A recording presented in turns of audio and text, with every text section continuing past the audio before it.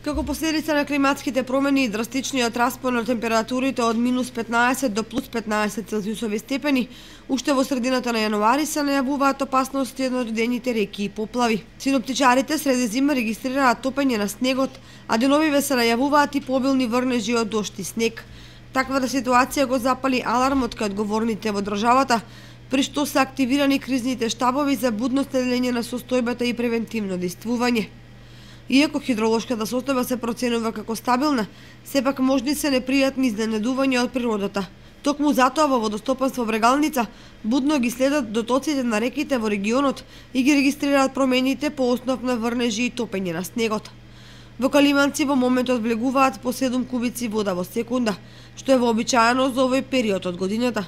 Освен тоа, неголемата акумулација во Источна Македонија има амортизационен простор од 30 на милиони кубици вода, што е доволно за облажување на евентуални удари од поројни дождови или нагло топење на снегот.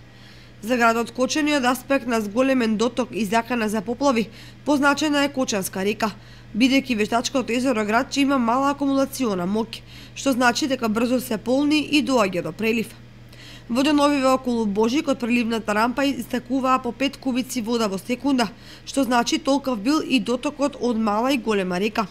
По интервенција на одговорните во водостопанство, нивото на акумулацијата е спуштено за десетина сантиметри, што при денешен доток од 1,5 кубик во секунда е доволно да се амортизира прв удар од надоаѓањето на реките, меѓутоа само за кратко.